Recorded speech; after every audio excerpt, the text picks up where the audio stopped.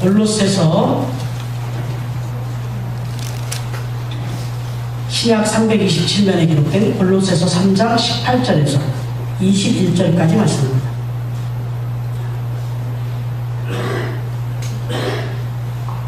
이제 찾은 줄 알고 저와 교독하겠습니다.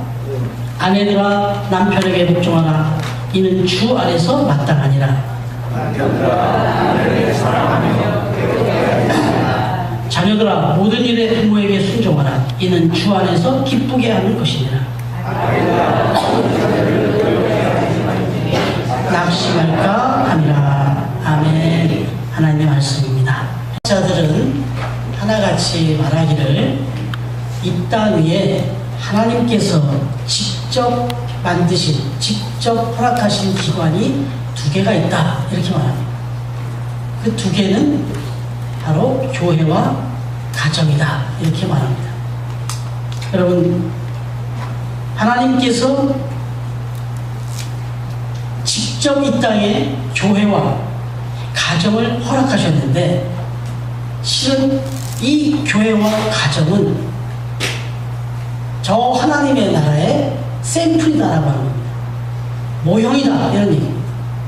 하나님께서 하나님의 나라, 이 천국을 보여주셔야 되겠는데, 이 천국을 사모하며 살게 해야 되겠는데, 그 샘플로, 그 모형으로 이 땅에 허락해 주신, 마치 새 아파트를 짓기 전에 모델하우스 지어놓듯이 우리에게 샘플로 보여준 것이 있는데, 그것이 바로 가정과 교회다라는 말씀입니다. 그래서 이 가정, 교회, 이거는 불가분의 관계예요. 교회는 큰 가정이고요, 가정은 또 큰 교회인 거예요. 작은 교회인 거예요. 이건 아주 불가분의 관계입니다. 그래서 이 하나님이 만드신 천국의 모형인 이 가정만큼 소중한 데가 없습니다. 그래서 이 가정은 생명이 탄생되는 곳이고요, 그 생명이 성장하는 곳이고요, 그리고 그 생명이 성숙해가는, 즉 인격이 형성되는 곳이 가정이다, 이런 말씀입니다. 그래서 우리는 이 가정을 통해서 하나님의 속성과 천국의 속성을 배웁니다. 사랑을 배우고 용서를 배우고 기쁨을 누리고, 이런 것들을 우리가 가정을 통해서 경험하는 겁니다. 그래서 우리 기독교는 정말 가정을 중요시합니다. 용어만 봐도 어떤 종교보다 가정의 용어를 제일 많이 사용합니다.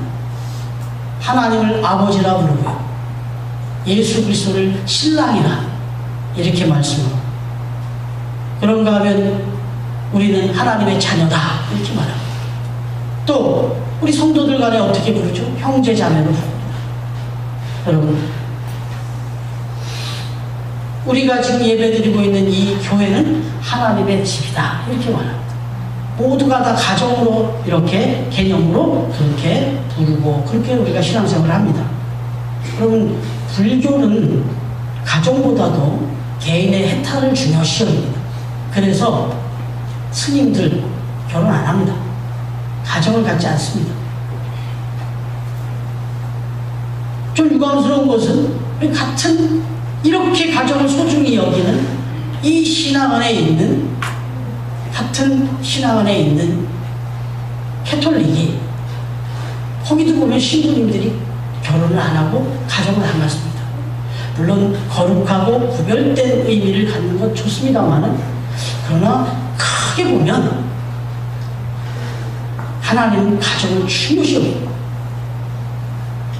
여러분, 전제주의 시대에는 왕을 가정보다 더 중요하게 여겼어요. 그런가 하면 유교는 가정보다는 가문을 더 중요시 여겼고, 그런가 하면 소위 공산주의, 사회주의에서는 그 사회적인 것을 가정보다 더 우선시하죠. 그러나 우리 기독교에서는 가정을 아주 소중하게 여기고 또 아낍니다. 오늘 이 아침에 이렇도록 중요한, 이러한 가정의 중요한 의미를 우리가 같이 한번 묵상하면서, 다시 한번 깨달으면서, 저와 여러분의 가정이 건강하고 행복한 가정으로 다시 한번 새롭게 세워지는 그런 은혜가 있기를 주님의 이름으로 축원합니다. 네. 여러분, 오늘 건강하고 행복한 가정에 대해서 아주 대표적인 말씀이라 할 수 있는 오늘 본문 말씀의 내용을 이렇게 보면 온 식구가 함께 건축해 가는 집과 같다, 이렇게 말씀하고 있어요. 가정은 세워져 가는 거다. 그런데 기둥이 있어야 될 거 아니에요. 그런데 그 기둥은 바로 다른 게 아니라 관계다 이거죠. 가정은 관계로 기둥이 되어서 든든하게 세워지는 것이다. 어떤 관계요?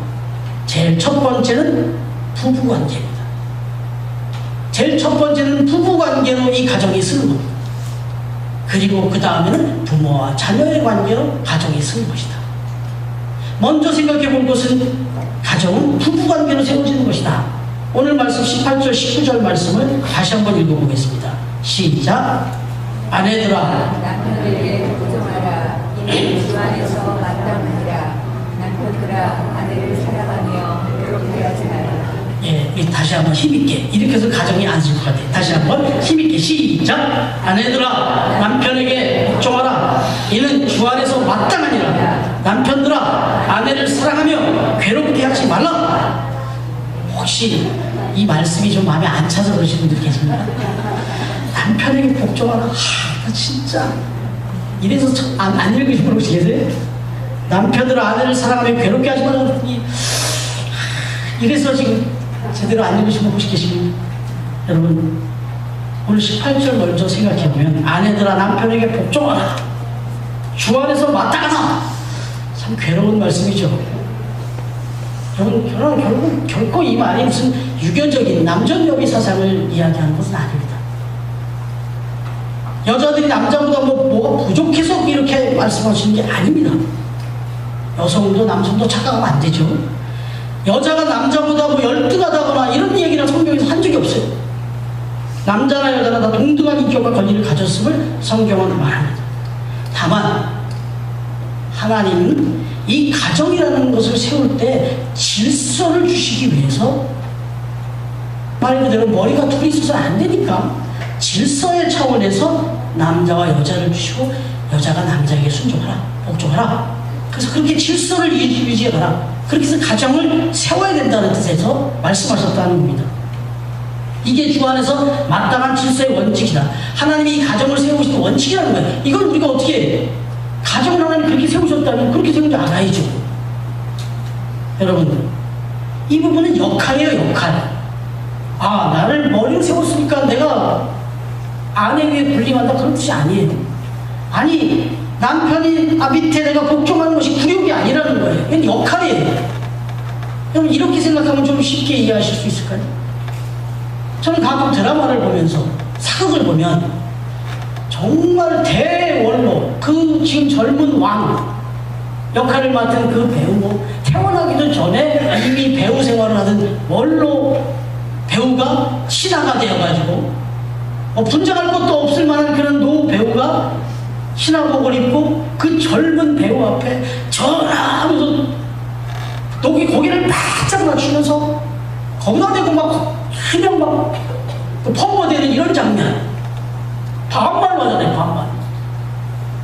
이런 장면을 볼 때 여러분 어떤 생각이 드십니까? 그 배우가, 그 원로 배우가 이게 지금 어디다 대고 반말이야 이러겠습니까? 나 들어서부터 이렇게 이럴 수 있겠냐고. 네가 지금 언제부터 배우였다고 이렇겠냐고요. 아니잖아요. 이게 역할이에요. 여러분, 거기서 그 노 배우가 정말 그 복종의 역할을 잘 해주면요, 그 드라마가 빛이 납니다. 아내가 남편에게 정말 역할로서 정말 최대한 복종을 해주시면 빛이 납니다. 역사를 바꿉니다. 이렇게 얘기해도 공감이 좀 안 되시겠죠? 여러분, 한번 성경을 제가 그러면 들이대야죠. 성경을 들이대야 여러분들이 아, 그렇지, 이렇게 할 거 아니에요? 여러분, 노아의 아내 이름 혹시 아십니까? 노아의 아내. 모르실 거예요. 당연히 몰라야죠. 저도 이거 뭐 어떻게 정확하지 않아요. 그러나 전설에 의하면 이름이 이모나래요, 이모나. 근데 어쨌든 이름이 없어요. 그 당대의 유명한 의인 노아는 모르는 사람이 없는데 그 아래는 이름이 없어요. 안 나와요. 아니 이게 고의적이라는 생각이 안 들어요? 그 아들 셋은 나오잖아요. 셈, 함, 야벳 나오죠. 근데 왜 아내 이름 나오지도 않냔 말이에요. 여러분 120년 동안 남편이 미친 짓을 했어요. 세상 사람들이 다 이게 좀 맛이 같다라고 얘기하는 그 일을 눈만 뜨면 일어나서 그랬어요. 그런 사람을 밥 해주고 빨래 해주고 그 사람 말을 들으면서 그걸 쫓아나가서 같이 일을 했어요. 여러분 이게 쉬운 일입니까? 여러분 어떻습니까? 쉽습니까 이거?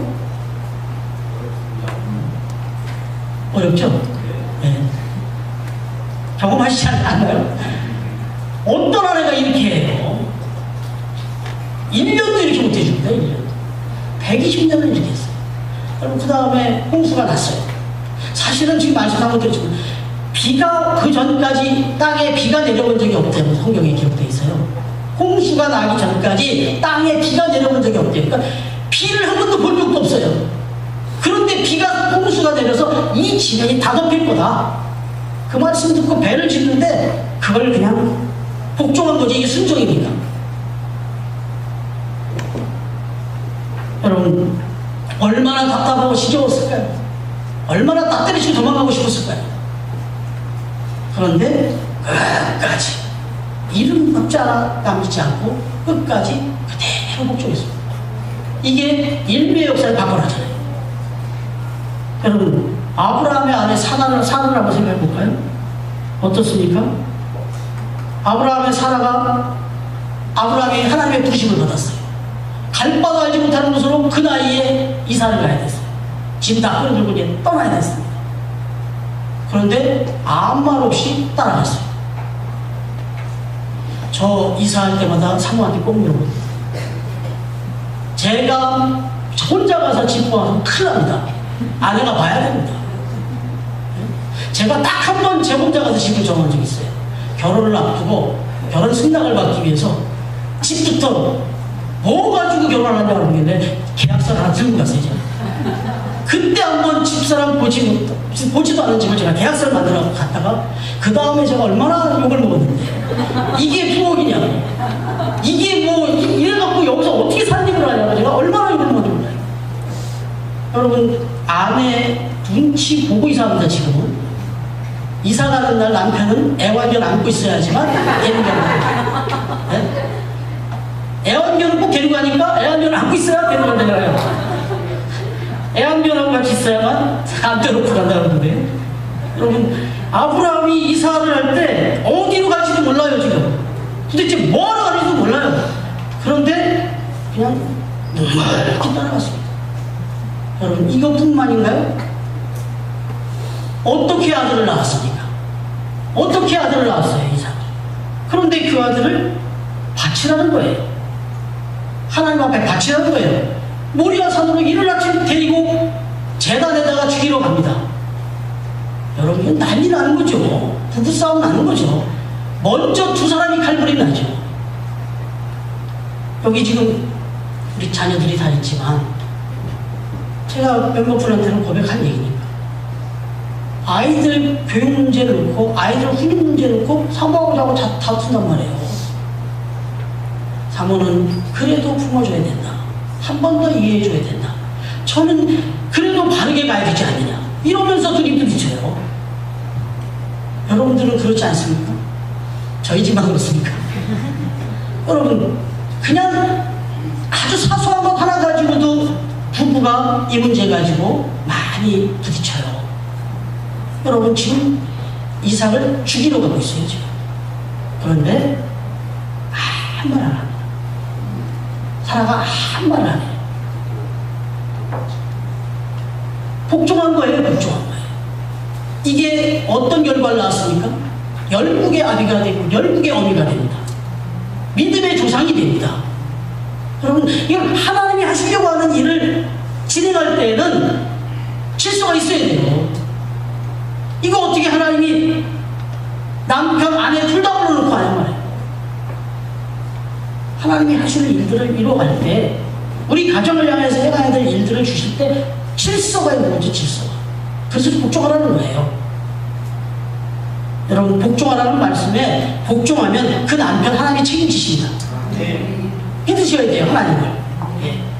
오늘 에베소서 5장 22절 말씀을 하나 더 말씀드리면, 아내들이여 자기 남편에게 복종하기를 주께 하듯 하라. 이는 남편이 아내의 머리됨이 그리스도께서 교회의 머리됨과 같음이니 그가 바로 몸의 구주시니라. 이렇게 말해요. 그러나 제가 성숙자반에서 그런 얘기를 했는데, 남편한테 순종하기가 얼마나 어려운 걸 아시면 오죽하면 복종하라고 했겠나. 남편한테 순종하기 쉽습니까? 속이 터지잖아요. 그러니까 아주 순수하게 뭘 생각하고 순종하려고 하지 말고 그냥 눈 딱 감고 복종하라는 거예요. 그만큼 남편한테 복종하기가 어려운 건 사실이에요. 그럼에도 불구하고 하나님의 뜻을 생각하면서 복종하라. 이런 얘기입니다. 여기까지입니다. 19절로 넘어가면, 남편들아 아내를 사랑하며 괴롭게 하지 말라. 참, 이게 괴롭게 하지 말랍니다. 괴롭게.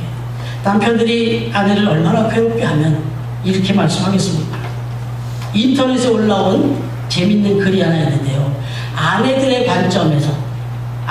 관점에서 본 대통령과 남편의 공통점 3가지라. 남자들도 잘 들어야 되겠죠? 아내들이 볼 때 대통령하고 남편이 똑같다는 거예요. 3가지가. 뭐요? 첫째, 내가 선택했지만 정말 후회된다. 내가 선택했는데 정말 후회된다. 둘째, 일단 선택하면 중간에 바꾸기가 어렵다. 맞네. 세 번째, 아직도 내가 자기를 좋아하는 쪽으로 착각한다. 여러분, 제가 이거 웃으면서 얘기하지만 씁쓸하더라고요. 씁쓸하더라고요. 이거 다시 한번 읽어드려요? 여러분, 몇 년 전에 여성가족부가 발표한 가족 실태조사에 지원 남녀를 대상으로 조사한 내용을 보니까, 당신이 다시 결혼한다면 지금의 현재의 배우자를 선택하겠느냐 이렇게 물었더니, 우리가 다 예상되는 대로 남자들은 46.6%가 지금의 배우자를 다시 결혼하겠다. 둘 중에 한 사람은 그렇게 했다는 거예요. 그런데 여자들은 26.9%가 하겠다. 4사람 중에 한 사람. 절반이 차이가 났어요.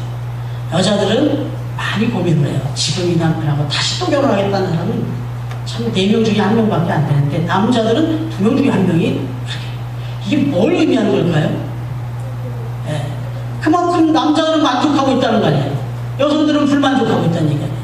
그러면 누가 더 손해보고 있다는 얘기? 예, 뭐 뻔한 겁니다. 예.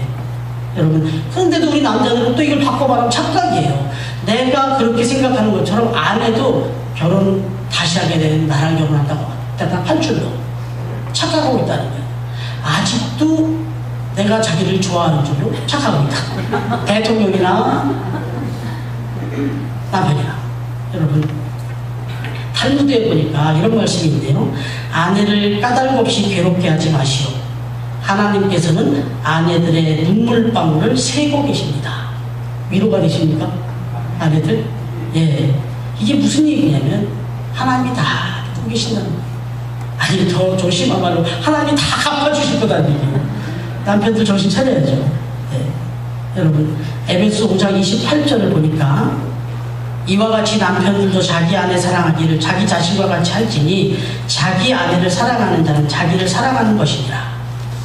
베드로전서 3장 7절에 보니까, 남편들아 이와 같이 지식을 따라 너희 아내와 동거하고 그를 더 연약한 그릇이요 또 생명의 은혜를 함께 이어받을 자로 알아 귀히 여겨라. 이렇게 말하고 있어요. 여러분, 아내를 귀하게 여겨라. 이 귀하게 여겨라는 말을 원어적인 의미로 바꾸면 이거예요. 가치를 좀 인정해줘라. 이런 겁니다. 아내의 가치를 소중하게 인정해줘라. 이런 뜻입니다. 이게 귀하게 여겨라는 뜻입니다. 우리 남성 성도님들, 남편의 입장에서 아내의 가치를 얼마나 소중하게 여기십니까? 예, 아니, 예. 오늘 김쌤은 혼자 은혜받고 계십니다. 여러분, 부부는요, 가위와 같다고 합니다. 가위는 두 날이 함께 움직여야 되죠. 함께. 그리고 이 두 날이 이렇게 이렇게 겹쳐질 때, 같이 만나줄 때, 같이 이렇게 포개질 때, 그때 역사를 이루는 거죠. 뭐를 해도 합니다. 이 가위가 벌어져 있는, 이렇게 틈이 나 있는 상황은 아무것도 할 수 없다. 가위는 언제나 이렇게 같이 포개져서 서로를 덮어주고 그렇게 겹쳐져야 그래야만 역사가 나타나는 거지. 완전히 남남처럼 찢어져 있으면 아무것도 할 수 없다. 부부는 가위 같다 이렇게 말합니다. 여러분, 아내는 남편의 권위에 복종하고 죽게 하듯하고 또 남편은 아내를 자기 몸을 사랑하듯 하고 그렇게 이렇게 가위처럼 겹쳐질 때 그 가정은 건강하고 행복한 가정, 천국하는 가정이 된다 이런 말씀입니다. 이제 이게 첫 번째 기둥이라면 말씀드리던 두 번째 기둥은 부모와 자녀의 관계로 가정은 세워진다. 여러분 20절, 21절 같이 한번 볼까요? 20절부터 먼저 시작. 자녀들아 모든 일에 부모에게 순종하라. 이는 주 안에서 기쁘게 하는 것입니다. 아멘. 여러분 자녀들에게 먼저 이야기합니다. 자녀들에게 필요한 게 있는데 그건 부모님에게 순종하는 것입니다. 순종하는 법을 배워야 된다고 말합니다. 여러분 부모님의 권위나 스승의 권위나 어른들에 대한 권위, 나아가서 하나님의 권위에 순종하는 법을 배워야 됩니다. 자녀들은 이걸 배워야 됩니다. 이건 마땅한 도리입니다. 결국은 또 내가 부모가 됩니다. 내가 이 도리를 지키고 이 질서를 지켜야 내가 또 부모가 됐을 때 내 자녀를 통해서 그렇게 이것이 선순환이 되는 것이지, 내가 이걸 파괴하는 순간 내 뒤로 다 깨지는 거예요. 정말 미련한 거예요. 내 앞에 부모의 권위만 무시하다고? 아니요. 내 권위가 내 스스로 무너뜨리고 있다는 생각을 해야 됩니다. 여러분, 한마디로 부모님의 권위에 대해서 순종한다는 걸 우리가 다르게 말하면 효 아니겠어요? 예. 어느 마을에 아주 부려막심한 아들이 하나 있었답니다. 심지어 노부모님에게 폭력까지 휘두르는 아주 못된 불효자였다는 거예요. 그 온 동네 소문이 안 나겠어요? 그런데 그 연세 많으신 아버지가 그 못된 아들의 아들인 손주를 그렇게 애지중지 끔찍히 사랑해 주더라는 거예요. 그러니 동네 사람들이 그걸 지켜보니 참 안타깝잖아요. 아니 그러지, 지금 그 못된 망나니 같은 아들, 그 아들의 아들 뭐가 예쁘다고 이 아들을 그렇게 그 손주를 그렇게 애지중지 예뻐해 주십니까? 이렇게 얘기했더니 이 어르신 하는 말이 빙긋이 웃으면서 그 손주 머리를 쓰다듬습니다. 그러면서 하는 얘기가, 모르셔서 하는 말씀이에요. 이 아이가 나중에 커서 내 복수를 해줄 아이예요.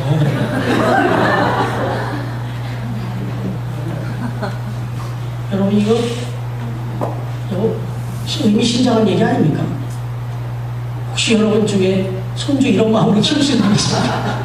여러분 그렇게 안 하셔도 돼요. 이렇게까지 복수의 칼날을 안 가르쳐도 됩니다. 왜요? 그럼 성경에 이미 주님께서 다 말씀하셨어요. 하나님 앞에서 부모에게 순종하지 않고 효도하지 않으면 그럼 내가 혼내주겠다고 말씀하고 있습니다. 여러분 에베소 6장 1절부터 3절에 보니까 자녀들아 주 안에서 너희 부모에게 순종하라. 이것이 옳으니라. 내 아버지와 어머니를 공경하라. 이것은 약속이 있는 첫 계명이다. 어떤 약속인데? 땅에서 잘되고 장수하는 복이라고 말씀하셨잖아요. 이로써 내가 잘되고 땅에서 장수하리라.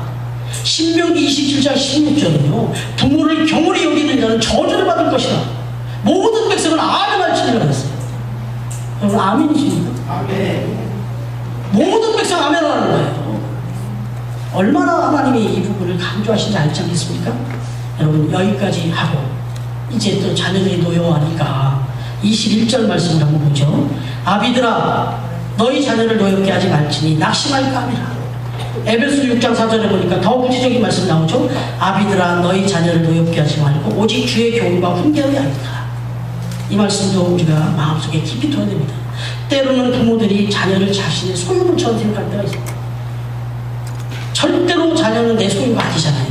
하나님의 자녀고 엄연한 하나의 인격체잖아요. 그런데 그 자녀의 생각을 막 일방적으로 무시하고 부모들의 뜻만 일방적으로 강요하는 것, 이게 자녀를 노엽게 하는 것이다 말합니다.